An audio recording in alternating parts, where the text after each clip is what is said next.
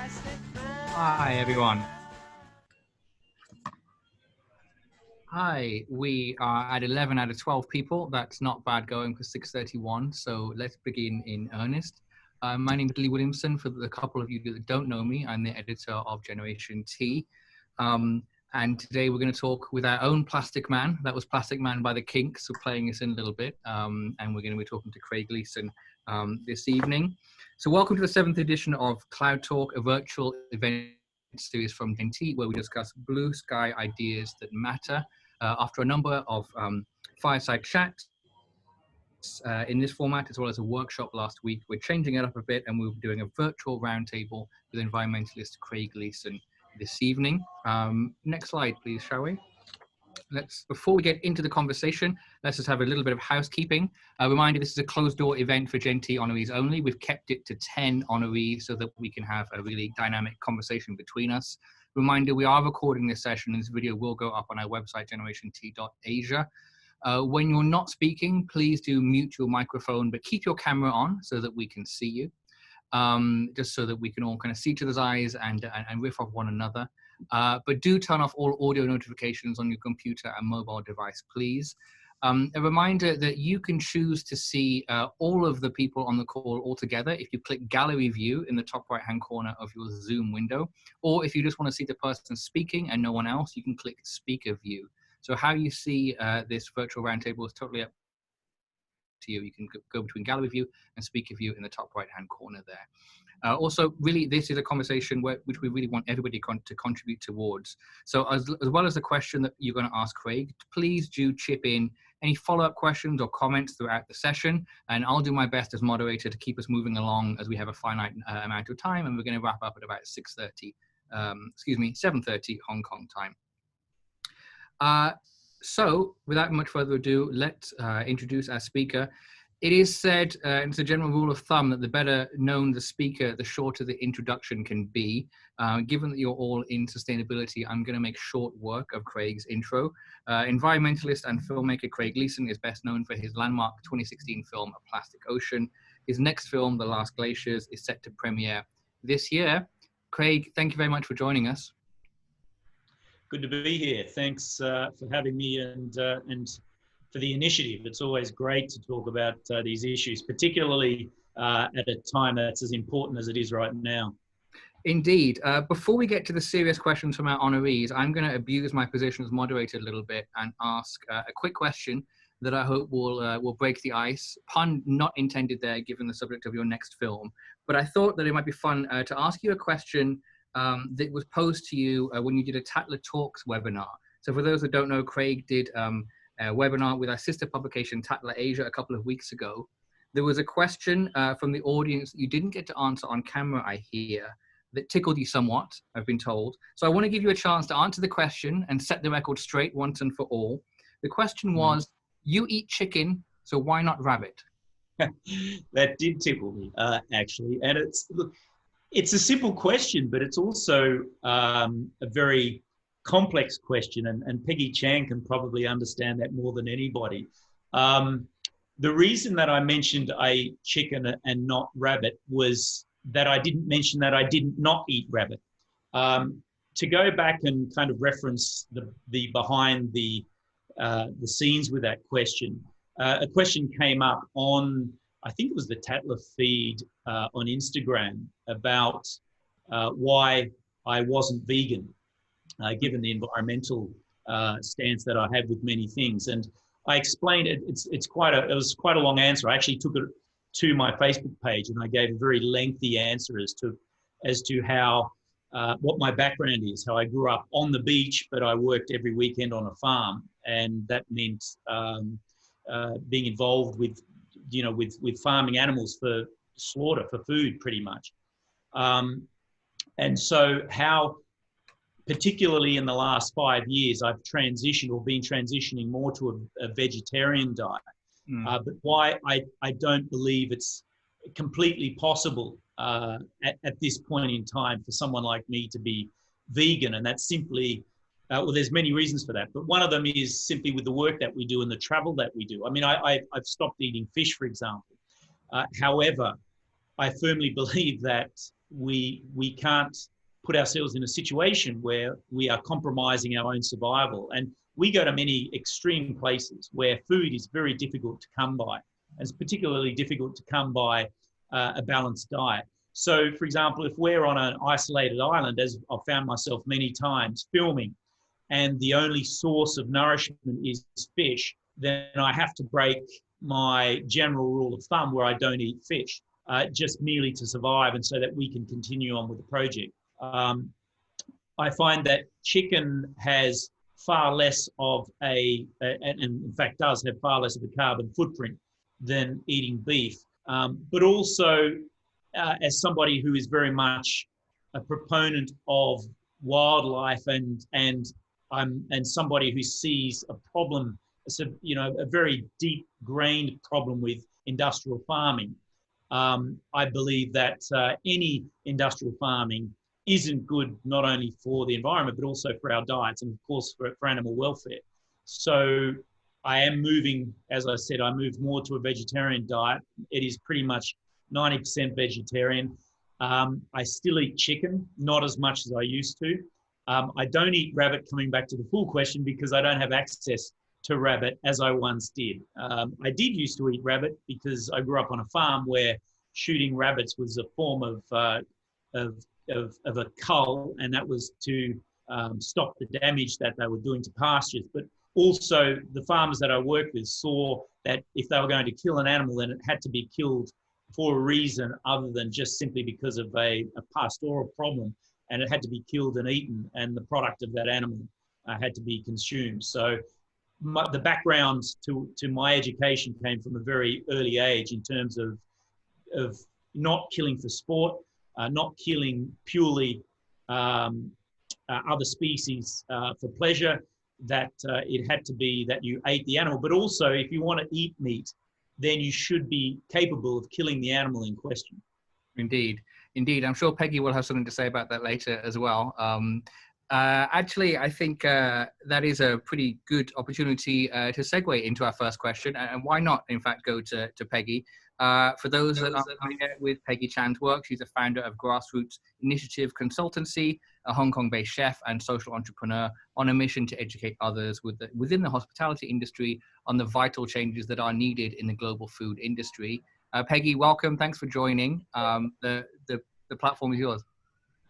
Yeah, excuse my background and excuse this. I'm actually at a restaurant about to go for my birthday dinner. So happy birthday. Amber. Happy birthday. Thank you for joining us. But I wanted to see Craig. How are you? Hi, Peggy. Happy birthday. Thank you. Yeah. How's everything over there? Well, it's interesting here. I'm in Glasgow, and I got caught in the lockdown here because we're here finishing post-production on my latest film, The Last Glaciers. So for me, it's a double-edged sword. I'm actually working a great deal. We've had to move post-production remotely, and my editor and the team I'm working with are all at home working remotely through a server that we use at the post-production studio, which has slowed everything down and just compressed our work. So I'm still working, but where nothing's open here. There's no restaurants open, there's no pubs.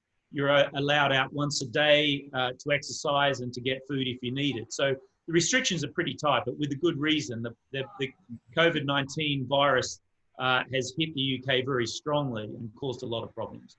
So my question would be, what are you actually cooking at home for yourself? Well, I don't think I've cooked as much ever as I have since I've been in this lockdown. And it's a great thing. I've always enjoyed cooking. I never use instruction manuals or recipe books to cook because I like the thought process. I actually use it as a way of unwinding when I cook. And I like to experiment with my own knowledge of chemistry. And cooking, as you know, is pretty much chemistry, is what chemicals work with other chemicals that produce good taste and mouthfeel and all sorts of things like that. And so it's trial and error that has brought me to where I am today. But what I'm finding is that I'm trying to cook with local products that I find. I went the other day to two very well-known supermarkets here and was just horrified. Everything was wrapped in plastic. And it really does my head in that there is no choice for consumers in these places where, and there are very few places open. So consumers are forced to go to these places. And normally I would do my trash the checkout project where I take everything to the checkout and I unwrap all the plastic and leave it with the supermarket. But I don't feel that is very sympathetic to other problems that people are suffering here. The lineup outside these supermarkets is half an hour long just to get in. And so to hold up the checkout when people have other issues that they're dealing with, I find would be rather selfish to make that point at the moment. But I do have a local organic shop nearby that has, as we call, naked vegetables. And so I spend most of my time and money going to that shop and sourcing local vegetables. But to give you an example maybe of what's on the menu today. So this morning for breakfast, it's been fresh organic duck eggs on gluten-free spelt bread toast with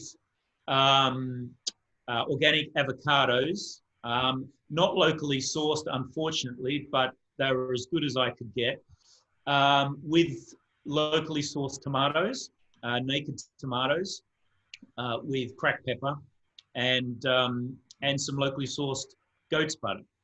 So for lunch, it will be today, I've got beetroot wraps, which I will put with that a salad dressing of organic spinach, tahini. I use organic quinoa and some seeds and some other condiments. And dinner I haven't quite worked out yet. I do have organic chicken breast that I might use in probably an Indian curry or something like that. So it's been varied, and I've actually enjoyed the process of going through working out what to eat every day and then putting that process forward. How does it go down when you do at the checkout, when you leave the plastic? First off, how big is the mound of plastic usually? And what kind of reaction do you typically get? I guess not a happy one sometimes. Well, in Hong Kong, my local supermarket knows me by name. So when I do it and I ask for the manager, she comes out and arms outstretched and says, "Yes, Mr. Leeson, we'll take care of that for you." Here, since the film A Plastic Ocean, it's become a bit of a thing. And there are many groups in the UK that actually do it. They'll take 20, 30, 40 people to a supermarket and they'll dominate the checkouts and they'll make a real point, because the way, and it's a solution and one way of addressing the issue, because supermarkets, the way that they can increase profit is speed throughout the checkouts. And if you hold up that process, then you're holding out their profitability. So it does have a very direct effect. And also it can anger some people who are behind you, who feel they're being held up. And when you explain to them what you're doing, and I actually point them to the film and say, look, watch the film and then make a judgment on what we're doing here. And we do apologize, but there is a reason for this. And we feel that our future and our health is being compromised. So some people get extremely angry, others actually ask for more information. The supermarkets, I think, are becoming more used to the fact that people are protesting this, and that's why many of them now charge for a plastic bag and encourage people to bring their own. So it's definitely on the radar now. But when we first started doing it, it brought absolute bewilderment. People didn't understand the reason behind it. It took a great deal of education. It takes inconvenience, I think, to make people stop and think. And on the subject of plastic bags, in fact, let's bring in Melati Wilson. So Melati is the co-founder of Bye Bye Plastic Bags, based in Bali, Indonesia. In 2013, when she was just 12, Melati and her sister Isabel started the initiative, which has become one of the biggest plastic pollution awareness groups in Asia. She's an incredible young activist who I had a great conversation with last week for our new Gen.T podcast, Crazy Smart Asia, which will be coming out next month. Little plug for that. And I know Melati has a question for you on the subject of plastic and, of course, activism. Melati. Yeah. Hi everyone, my name is Malati. I'm 19. Craig, nice to be on this call with you and participate in the roundtable. Actually, on the note of the, we always do a plastic bag exchange here in Bali with our youth team, and we actually rally outside and we talk to the customers and we take their plastic bags in exchange for an alternative. And our team then goes back to the store that gave out the plastic bags. So we were very much inspired by a plastic ocean as well here in Bali. My question for you tonight or today is, a big takeaway for me from the pandemic right now, COVID-19, is that governments can adapt to situations like this very, very quickly. Whether it's implementing national lockdowns or making it mandatory to wear masks in public.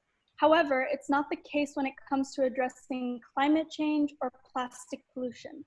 Why are laws and regulations passed not carried out as soon as possible, but in timeframes of 5, 10, 15 years? How do you feel activists, as well as media, should leverage on this? Malati, you and Isabella are young heroes of mine, and I want to thank you for all the work that you do, because it was a very difficult project that you started in Bali, but you've made a huge difference there and globally. So congratulations on the work that you're doing.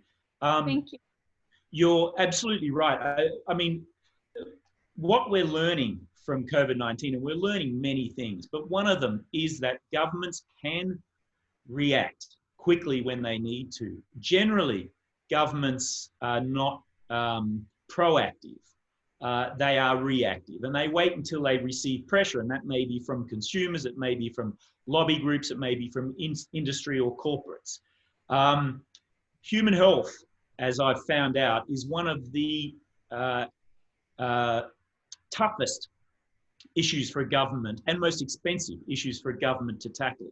And I found when I was advising governments around the world following the release of a plastic ocean, I was invited by many governments from Colombia and Mexico to the UK governments and Australia to talk and advise, as many of the team members of the film were, that we had difficulty getting their awareness until we started talking about the human health aspect, the danger to the next generation and to kids from the chemicals that are inherent within plastic, the compounds and the change that they make to our endocrine systems, and what that's causing, what we now know about the cancers and diabetes and all of these other issues. And as soon as we started talking human health, we got their attention. And that's because it is a community-wide problem and it's a big budget issue. So with COVID-19, it's no different. The governments know that, their number one job is to protect the communities that they are responsible for. And so we've seen some governments do that adequately and very well, and we've seen others stumble into it, and particularly governments that are more corporate driven or have more of a bias towards industry and propagating business and the business sector.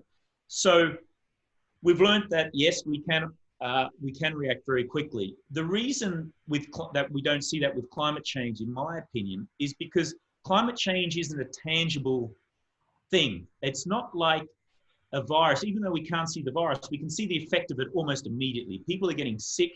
They need hospitalization. We don't see that with climate change, even though in terms of the way climate change affects the planet, and we've changed it very quickly, given that we've seen 8 ice ages within 1 million years.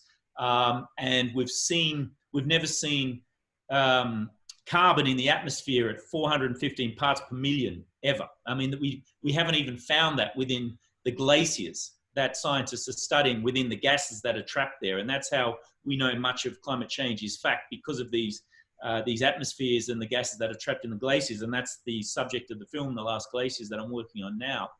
But in terms of our own lifetime, it seems like it's a very slow process. And therefore we feel that it's not affecting us immediately. And what we tend to see with governments is that they're run by older, usually males, older white males in many instances. And what I'm finding is that these, with the older generation, they're looking at a 20 to 30 year future, because that's as far as they can see their future. They're not looking at the future of the next generation. And this is something I address strongly, and the team addresses in the last Glaciers, is that we need to start considering the future of the next generation, because this is, after all, the legacy that we all leave. What we do today is protecting the next generation, the environment for the next generation tomorrow, so that they have a future. So what we tend to see is that planning comes in the 5, 10, 25 years, because what they're doing is that they are planning for business, and business needs time to transition when it is moving from a change in government regulation and legislation. And that's what we need to see to happen. We need to see legislation change so that we tackle climate change as a priority. And so what governments tend to do, and those particularly that are tackling this issue, is that they're giving time for business to transition and to make movement to spend capital on new on new equipment, for example, or to allow time for design, research and development. But unfortunately, that window is closing. And so we do need to see urgency. And I think COVID-19 has shown many people now the urgency of climate change, or the climate crisis as it should be called. And I hope that that's one of the lessons that we're going to learn from the pandemic. Indeed, I hope so too. I have my doubts, but we have hope and nothing else at the moment, right? I think this is a great time to bring in Renard Su from Malaysia, as he is a climate change advisor for Malaysia's Center for Governance and Political Studies, and is very much involved in advising governments on their reaction to climate change. So Renard, would love to get your take on what Craig just said, and also please do ask your question. Yeah, Craig, firstly, thank you so much for the work that you do and for bringing to light, environmental issues as such, such as the climate crisis and its impacts. I think that's a very important message to carry around. I also found out recently that you were appointed as a global sustainability partner for BNP Paribas. So congratulations on that. I guess my question is, how important is it for banks and financial institutions to make that strong stand of divesting from fossil fuels and moving away from dirty energy, especially in Asia, like where we are still so much reliant on coal-powered plants and fossil fuels as our primary source of energy supply? Yeah, look, this is a very important question, because the financial industry and the financial sector has such a big part to play in the solution for climate change. As you know, coal emissions are the greatest and the largest of the greenhouse gases that we put into the atmosphere. 29% of man-made greenhouse gas emissions come from coal. 44% of carbon dioxide that we put into the atmosphere comes from coal. So if we solve the coal issue, if we leave coal in the ground, we're taking a very big step towards keeping the climate under the 2 degrees that scientists say we need to do to preserve the life support systems that keep us alive on the planet. That's been recognized by some financial institutions, particularly BNP Paribas. They see that reducing coal emissions is a significant step towards the energy sector, or moving the energy sector towards the Paris Agreement and what we need to meet in terms of the guidelines of the Paris Agreement. And to that end, BNP Paribas announced in 2017 that it would end funding in new coal projects. And just in January this year, they said that they would divest from projects where 10% of revenue was derived from the mining of thermal coal. And their aim is to have a portfolio that is within the guidelines of the Paris Agreement by 2025. And I think that's a remarkable thing. And that's one of the reasons why I'm working with BNP Paribas, because I think we need to highlight the change that needs to be made. And we also need to champion those institutions and those people that are moving towards and encouraging solutions within this area. And I think BNP Paribas is one of that. They're certainly doing it with single-use plastics. They're a big supporter of the last Glaciers, and they were the first corporation globally to announce 2 years ago that they would end single-use plastic usage within their corporate sphere by 2020. this year, which they are doing. And that was even ahead of the European Union, which announced last year that they would ban single-use plastic products by 2021. So I think it's important, back to your question, that financial institutions do move towards that, not just because it's environmentally the right thing to do, but because, as you know, investor-wise, it's also the correct call to make. What we understand now is that the fossil fuel industry is struggling to make a profit. In fact, without government subsidies, I can't think of one instance where fossil fuel companies are making a profit that isn't relying on subsidies, government subsidies, to do that. And so what that means for investors is stranded assets. If you are investing in fossil fuel industries, particularly in coal now, you are investing in a stranded asset. And that's not a good thing as an investor, and certainly not something that we should be encouraging investors to do. So I see the financial industry as a big solution towards this problem. And I think that what we've seen recently with the cost of oil plummeting into negative space with oil futures on the WTI, I think that's showing us that that we can do without oil because we've all changed the way that we live. We've all changed the way that we're traveling. And a great benefit of that, as we've seen from the NASA satellite photography recently, is that pollution over places like China and Europe, particularly over Italy and industrial centers in Europe, has reduced significantly. So we know that we can reduce pollution very quickly. And what's interesting about pollution is that more than 8 million people a year die from pollution as a direct result of pollution. So it's a massive killer. And if we can solve the coronavirus problem and we learn that we can solve our pollution problems at the same time, then maybe once again, that's another lesson we're learning from this pandemic. It's an incredibly important message. I mean, it goes without saying to a group that we're talking to right now, right? We are, of course, preaching to the choir, but something that is so important is that despite how alarming those facts are that you just mentioned, it does still fall on deaf ears. You know, the UN projection that came out just over a year ago about the 12 years left to stop the irreversible change, it really does fall on deaf ears. And I think part of the solution to this is where Ivan Liu comes in, who's an honoree in Taiwan. He's the founder and director of Legacy Lab International. What he really does is look at how art can be used in changing mindsets around climate change. He's a media artist, and his award-winning studio, Legacy Lab, basically tries to change mindsets on crucial issues, including climate change. Ivan, do you want to please take the floor and ask your question to Craig? Ivan, can you please unmute yourself and ask your question to Craig?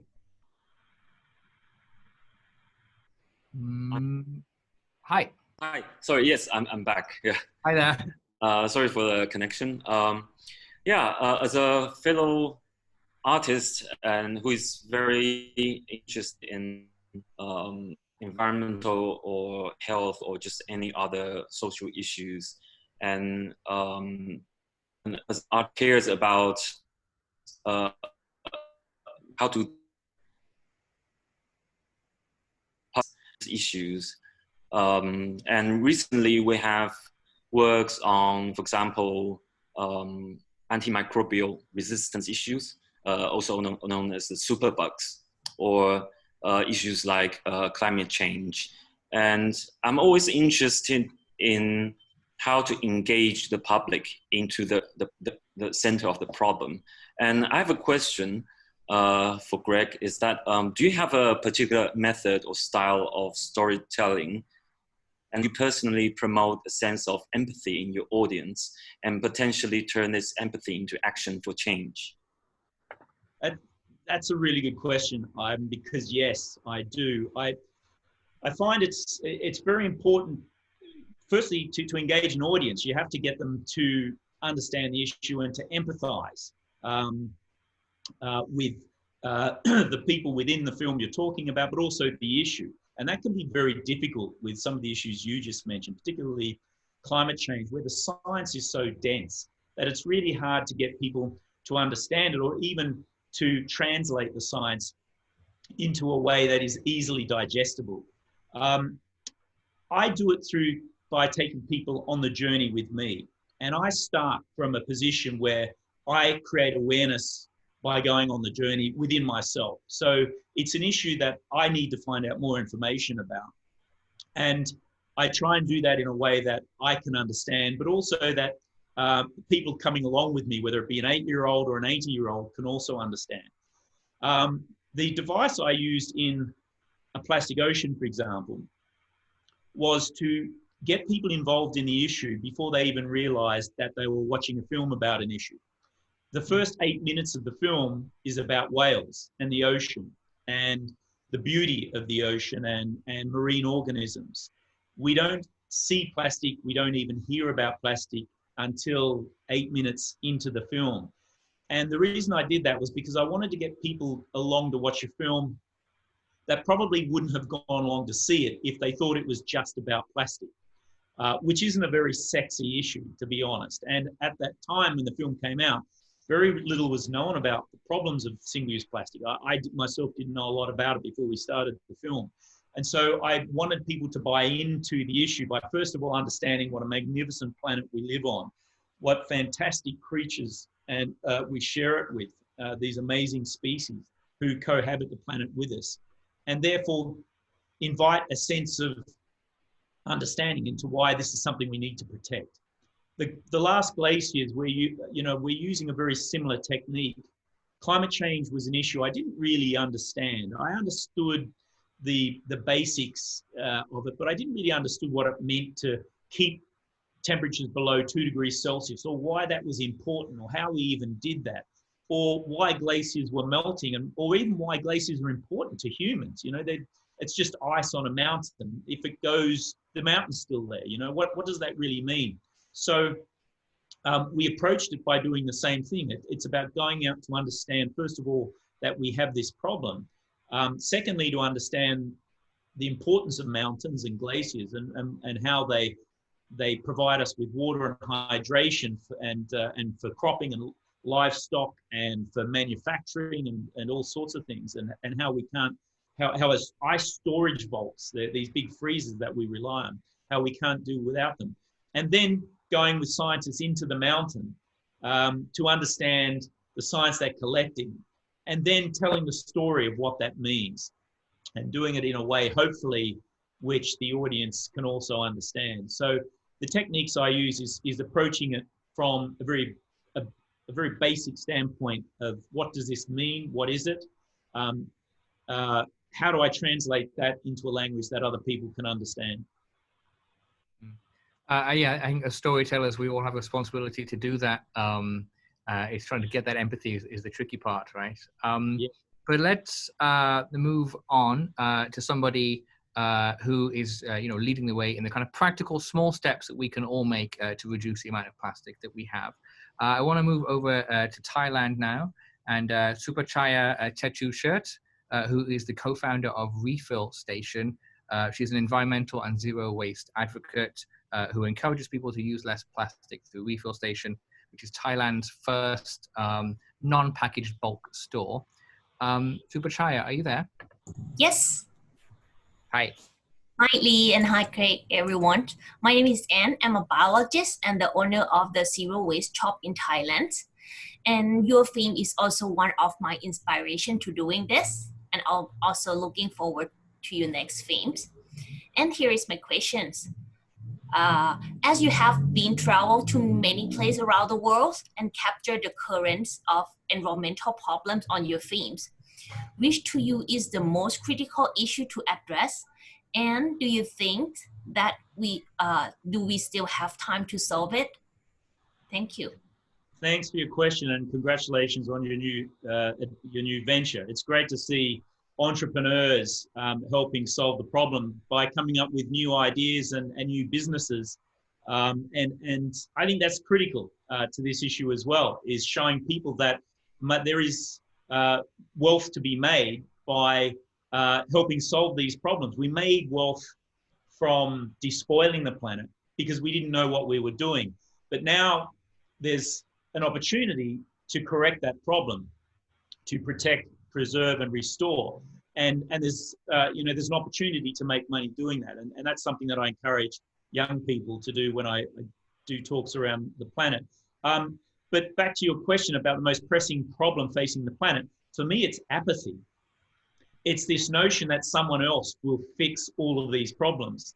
I mean, we do know that we've got these problems, and I could say, you know, the biggest problem is overpopulation, or is virus pandemics, or climate change, or single-use plastics, and they are all problems that we face.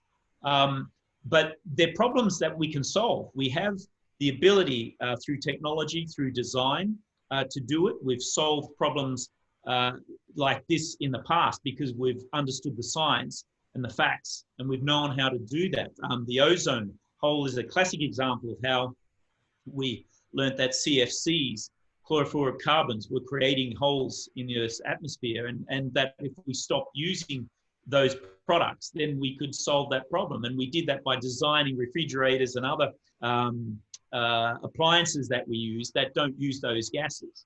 So we have the ability to design and work our way out of this. But because of apathy, and because we place emphasis in other areas of our economic and financial paradigm that we currently work under, we don't feel motivated to do that.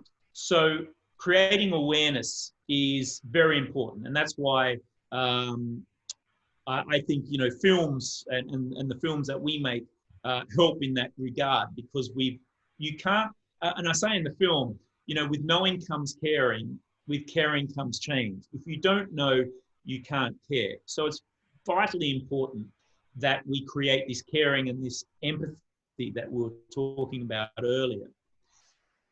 And that can start with awareness through films. It can start with education, and by exposing them to these problems through our education system and having them discuss ideas and ways of coming up with this. So yes, we do have these enormous problems, and climate change is one that we have to solve, because if we don't solve it in the next 8 to 10 years, then the feedback loops that we've started will not be able to stop. And that means that life support systems will collapse. Some of them are already collapsing. We're seeing the glaciers disappearing. We can't stop that now. More than 50% of glaciers have disappeared in places like the Cordillera Blanca Range in South America, in Peru. We've seen 1/3 or 25% rather of the ice on the Himalayas disappear since the 70s. And if we keep going the way we are, they will disappear by 2/3 of the ice on the Himalayas will disappear, directly affecting 2 billion people within Asia and another 2 billion people globally. And that's going to cause flow-on effects, not just a lack of hydration. It's already causing migration. People are going to have to move to find water. It's going to cause economic issues. It's going to cause the threat of war, as boundaries no longer recognized by people who are desperate for food and water. So yes, back to your question, apathy, I think, is the greatest problem that we face, and this notion that someone else will fix this problem. I'm going to move on to a couple of questions now from some other entrepreneurs who are doing their part as well in solving this crisis. Starting with Cici Chow. Cici is Shanghai-based. She's the founder of a social enterprise called Remake Hub, an environmentalist and sustainable fashion advocate. She promotes the reduction of textile waste through high-tech recycled materials, as well as creative upcycling. She's a United Nations Young Leader for Sustainable Development Goals, and she also won Gen.T's Raw Prize, which was a grant and mentorship program to support an organization creating positive impact through responsible consumption. Hi, Cici, great to see you. It's been a while. Hi. Hello, guys. Hello, Lee. The floor is yours, Cici. Yeah, hi. So my question is very simple, because right now we're in a very special time. So I'm very interested in to know how cleaning up the ocean plastics can help fighting the COVID-19. That's an interesting question, and congratulations on the work that you do. The textile waste is a major cause of pollution. The fashion industry and the toxins that it creates is such a mammoth industry. And once again, it's something that we could fix very easily and quickly. And it's an issue that should be on all of our agenda, because we all wake up every morning and have to make that decision about what we wear. And that decision is critical to the environment. In terms of how we can clean up the ocean that will help the pandemic, well, there's a couple of issues there. First of all, cleaning up the ocean is a very difficult task. 70% of plastics actually sink to the bottom of the ocean. What we see on the surface is literally the tip of the iceberg. And the main problem we find is actually on the ocean floor. There was a study done by the University of Manchester recently in the Mediterranean where they found 1.9 million pieces of plastic within 1 square meter, every square meter of sediment on the bottom of the Mediterranean off the coast of Italy. And that was released 4 days ago. So we've got a massive problem. And the problem with that problem is that we don't have the technology yet to collect that plastic. It's there, it's getting into marine organisms, and we can't really find a way of separating the plastic from the tiny marine organisms, in many cases plankton, phytoplankton, that are the same size as these microfibers and microplastics. So that's a major problem we've got, and one we're going to have to solve. However, with plastic, what we do know, and the reason plastic, when it is in the ocean over time, becomes so toxic is because it absorbs other toxins, heavy metals, agricultural runoff, pesticides that get into the ocean. Because of the molecular structure, they stick to the plastic. So what we find is, if we can solve that problem and we can clean up plastic from the ocean, we can also solve a problem with the other pollution issues that we have in the ocean. We can take out a lot of the toxins. And I think there's a link there that maybe we probably will use plastic in the future to help us keep the oceans clean. How does that relate to the pandemic? Well, I haven't seen any technology that directly relates to it, but where I think it relates is our mindset and the fact that as we pollute the environment, as we cause species to be affected by our pollution, we cause imbalances within the ecosystem.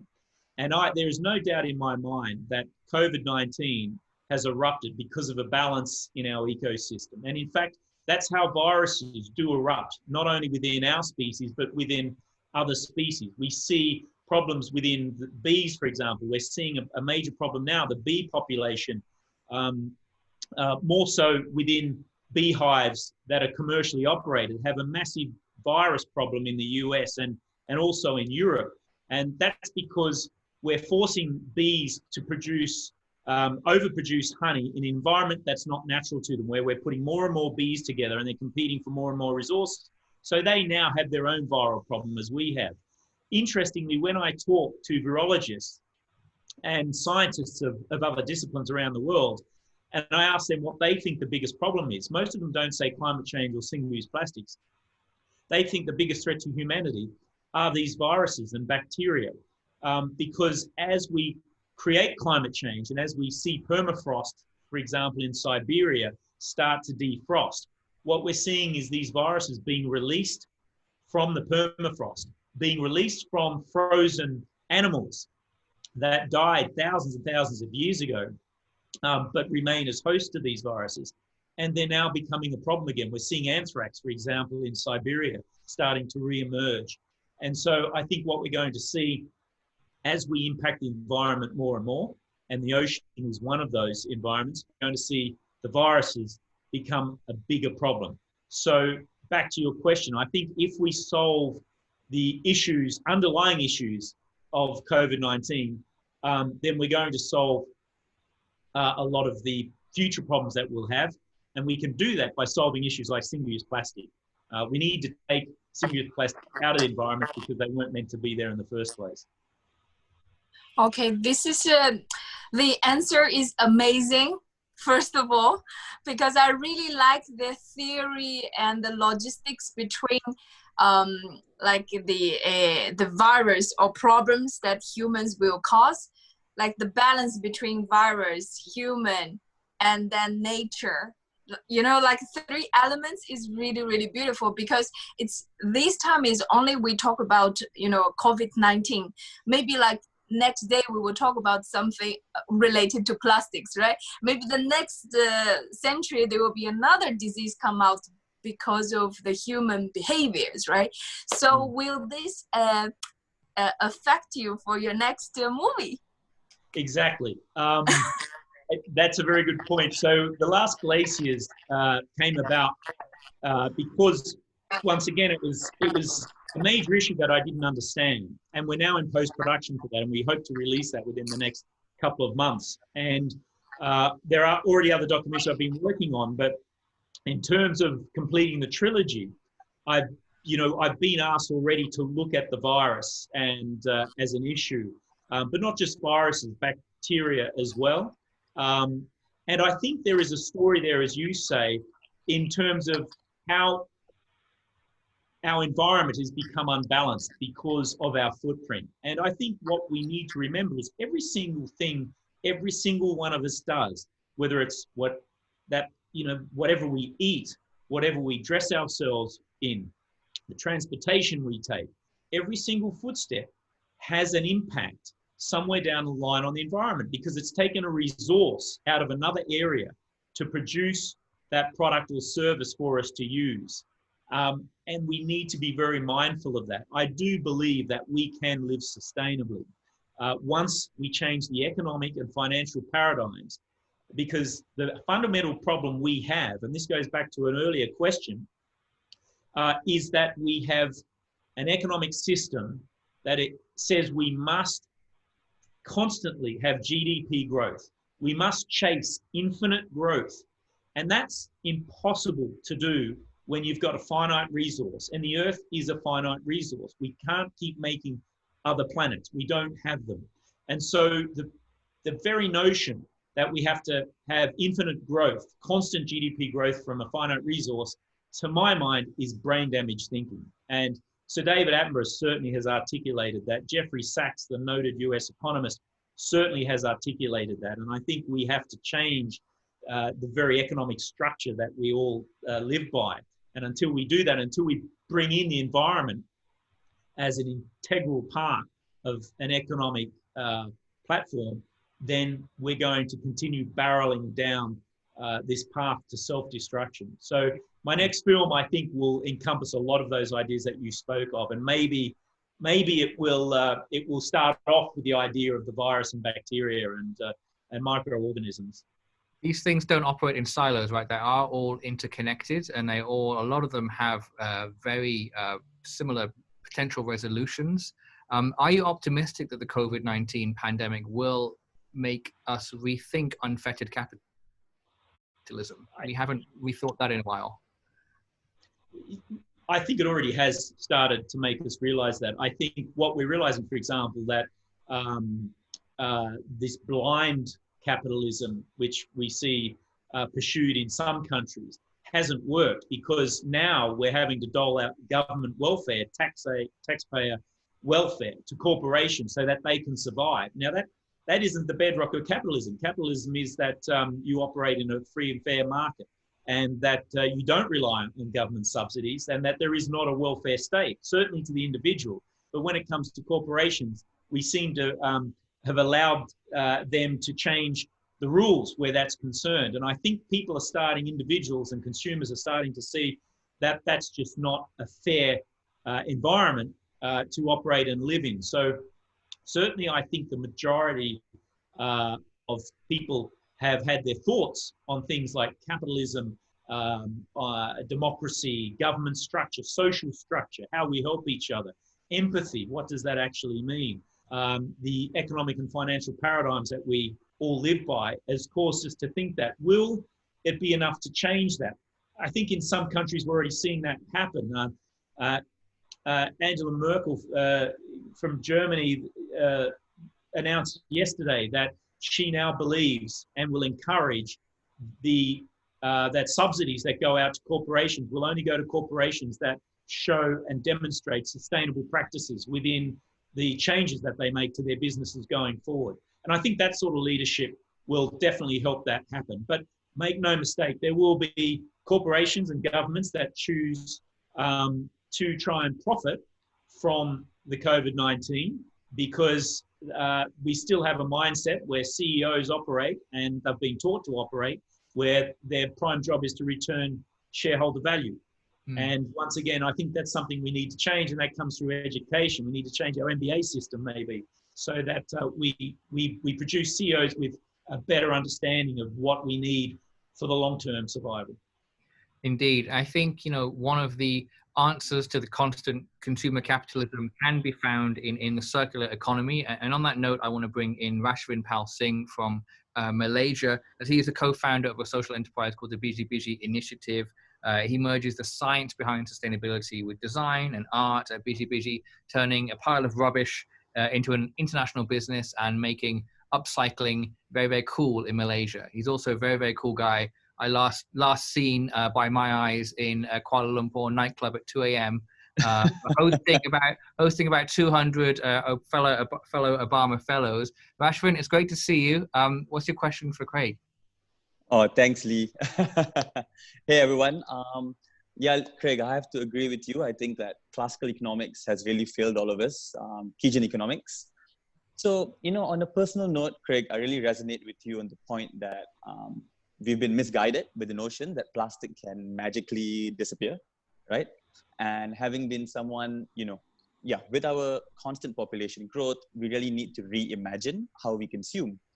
So having been someone who's implemented some of the precious plastic technology, right, on islands, and we've seen really good successes on small island communities where they've become self-sustainable with the waste. It's become an income generation method. Although, bro, like in this note, it really still feels quite like a drop in the ocean, what we're doing. And if I had to throw it to you, and if you had to pick one battle area that you would focus on in this effort, would you think we stand the best chance in the political landscape environment with the wave of a wand changing everything? Or would you say it would be in the consumer behavior part that a lot of us are trying to do, or in the technology sphere? Very good question. And the answer to that question is all of the above. We need all of those combined, because not one of those will work on its own. So we need to combine manufacturing responsibility, for example. Manufacturers, I think cradle-to-cradle responsibility needs to be introduced into production, particularly the packaging. If you make it, then you must be responsible for its life cycle. This notion that consumers are responsible for recycling is a con that started in the 60s, which allowed manufacturers to continue to manufacture plastic, because we knew back then that this was going to cause a major problem for the environment and was going to be a human health issue. But manufacturers were making a lot of money, as was the oil industry, and it still is. And the only way to continue that was to take the emphasis and the blame away from manufacturers and place it somewhere else. So they came up with a clever marketing campaign, which used a Native American actually at the time, saying that if you throw your waste on the ground, you're despoiling the environment, it's your fault. But if you recycle, you're solving that problem. And so the emphasis moved to consumers. And to me, that was a con. It is a con today. Recycling in its entirety has never worked. The circular economy is a great idea. For me, it's not a solution. It's a transition period. We need, as we transition to better design, and design, I think, is a critical in this. We've designed our way in and out of most of our problems throughout the history of humankind. And by clever design, we can do that once again. The circular economy was something, as we showed in the plastic ocean, that's been around for a long time. Germany started in 1991, and they did that by legislating one method of solutions that you mentioned, by forcing manufacturers to be responsible for their product. And of course, manufacturers manufacture products. They're not into recycling. So what the government did was set up a quasi-government institution that would design, implement, and carry out the recycling process, and then charge a levy to the manufacturers, to the resellers and producers of plastic products, and those who sold the products. And that levy would pay for the system. Ultimately did. And what they found was they monetized the entire system. So even though it cost money for the manufacturers, producers, and sellers, resellers to take part in the system, it made the product that each of them purchased and then resold cheaper, all the way down to the consumer. So the cost of the levy and the cost of that system was offset. Not only offset, it produced a profit, and therefore everybody was happy with it. And once you monetize something, everybody wants to be a part of it. So monetizing an economic system is vital, I think, to it. So yes, manufacturers need to be involved. Legislation, governments need to be involved. Plastic producers need to be involved by designing better products. First of all, we saw what happened when they introduced the levy in Germany was that the producers designed stronger but more lightweight plastic packaging because their plastic packaging was taxed on the weight. So straight away design helped with that process, and producers were a part of that. And now what we're seeing is that producers are actually designing products that have no plastic in them at all, but still allow us to see the products within the packaging, to feel it, to protect it, and allow us to refrigerate it so that it doesn't go soggy, for example, when it's in a cold or hot environment. So therefore design and production is a part of it, and all the way through to consumers. Consumers are critical because ultimately we're the ones that spend the money, and we can change the way that a retailer sells the product, a manufacturer produces the product, simply by choosing en masse to do something differently. And we saw that recently as an example within a reseller where one of my favorite stores in the US to go to buy grocery items is Trader Joe's, because I just love the ethos of the way that they do business. It's very much a family-run company. They've got 52 stores around the US, but they do things differently, and they're very much client-orientated, and they do listen to their customers. And what happened was they received a petition from 100,000 customers who said they didn't want to buy their organic produce that was wrapped in plastic. What's the point of producing something that's lovely and organic if you're then going to pollute it with this plastic packaging? And we know that these chemicals do transfer into these products. And so they listened to that, and they went, okay, well, 100,000 of our customers is a big voice. You spend money here, we're going to change that. And so they did. And we're also seeing that happen, although I haven't seen it since I've been here in Glasgow, but I'm told that that's happening within the aisles, where we're seeing plastic-free aisles happening in supermarkets throughout the UK now. I do want to move on quickly, cognizant of the time, to the final couple of honorees we have on the call, so they can get to their questions. Penultimately, Mohamed Bijaksana Junero Sano, better known as Sano to his friends. He's the co-founder of Greeneration Indonesia, a social enterprise which encourages Indonesians to implement sustainable consumption and production techniques. He's also the Secretary General of the Indonesian Plastic Recycle Business Association, as we'll be keen to get his input on what you said about recycling earlier. Sano, what's your question for Craig? Hi, Craig. What do you think about developing countries like Indonesia should do? Because we are part of #2 polluting to the ocean, and pretty much the situation of the economic, we are still struggling to improve it. So the priority of government, of course, into the economy. In fact, I think the environmental priority is very low. So what do you think we should do on this situation? It's not easy for us to save the environment. Meanwhile, we have the economic struggling too. Absolutely. And you know, this is one of the problems I think we've got, is that the message, I don't think, is entirely honest. We do know that the top of the top 20 ocean polluting countries around the world, the first 6 are in Asia: China, Indonesia, the Philippines, Thailand, Vietnam, Sri Lanka. And that tells the rest of the world that maybe they're doing okay. But what they don't realize is that when we analyze the plastics in the oceans around these countries, and in the South China Sea and around the archipelago of Indonesia, a lot of these plastics demonstrate packaging that comes from the US. That's plastics that's manufactured in Europe, that comes from Australia. And what's happened is that as countries like Indonesia and the Philippines and Sri Lanka have developed and are developing, we have forced, under the World Trade Agreement, forced them into trading products that can wrapped in these plastics. But what we haven't given them is the technology to deal with this packaging. And so we've thrust these products, this alien product, onto the shores of these countries, and there's been absolutely no infrastructure to deal with that. So I don't think a lot of these problems are the responsibility completely internally of these countries. Indonesia and China, of course, have vast populations. And so there what we're seeing is just purely a numbers game and a statistics game. But what can Indonesia do? Well, you know, as a developing country, what I see that developing countries can do is that they can actually frog leap. They can jump over the mistakes that the rest of the industrialized world went through in becoming industrialized and building its manufacturing processes and industries. And it can save itself a lot of money and a lot of pollution and health problems by doing so. So rather than investing in current technology, in legacy technology, or buying older technology from developed countries, which are looking for developed countries to get rid of the technology they're using now as they invest in new technology, is you can leapfrog that by developing renewable energy infrastructure. So you can make energy cheaper for yourselves and a lot easier to get.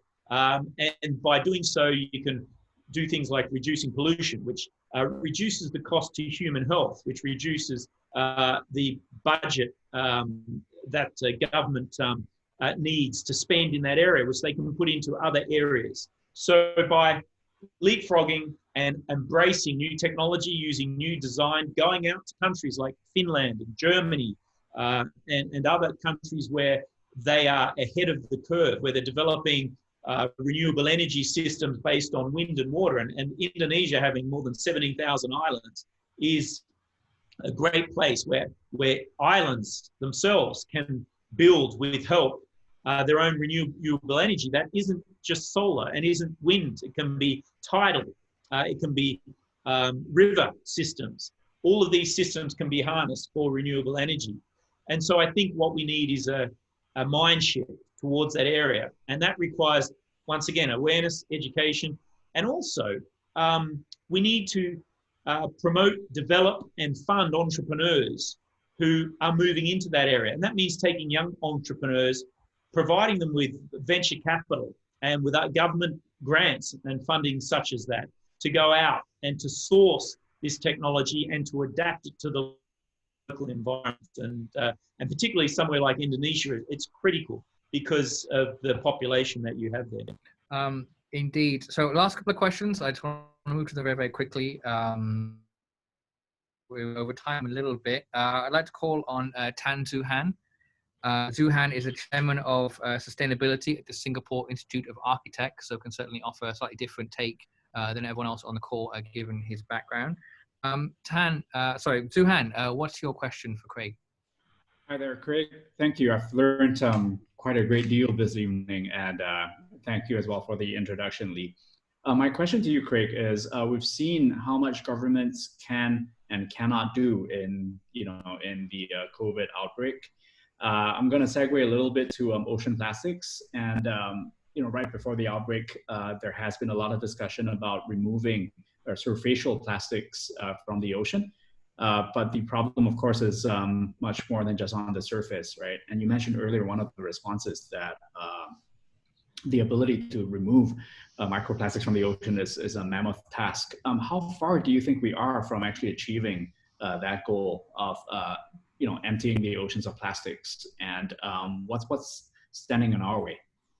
Yeah, well, look, as you know, and I'll be brief because we are running over time, but there have been several initiatives that have attempted to clean the ocean, and the ocean cleanup was one of them. And from the very outset, we looked at that and said it's not going to work. And that's because the ocean is a very violent place, and there's very few structures apart from oil rigs, and even those find it difficult to withstand the might of the North Sea, for example. So to take a floating structure out into that environment and have it withstand the forces of nature is at this stage impossible. And also the problem with that project and projects like it is it's tackling the problem from the wrong end. Tackling ocean pollution in the ocean is like having a broken tap in your kitchen and trying to fix the problem by mopping the floor. You can keep mopping the floor as long as you like, but until you turn that tap off, you're not going to solve the problem. And what's happened with that initiative is that they've actually moved into the river systems, and they're now trapping ocean plastics in river systems before they get to the ocean. So they've learnt that lesson, that it is far better to switch the tap off than to keep mopping the floor. So we don't currently have technology. And the other problem is, of course, is trying to separate microplastics from marine organisms is a very difficult thing to do. So if you're taking out, with current technology, marine microplastics from the ocean, there's a big likelihood that you're also killing marine organisms like phytoplankton and plankton. Because as we found and we illustrated in a plastic ocean, plankton, we showed plankton eating microfibers. So it's smaller than the smallest of ocean creatures now. And that makes it very difficult to get out. So we currently don't have that technology. But once again, I think that's just good design, innovation, entrepreneurship. And as an architect, particularly in buildings, we can overcome these issues. We can overcome climate change, for example. 6% of carbon dioxide goes into the air, comes from the manufacturing of cement. So if we find alternatives to products like cement and use those in our buildings, then we solve problems like that. So I believe we will get there, but we currently don't have technology that will do that. And absolutely. Thank you, Craig.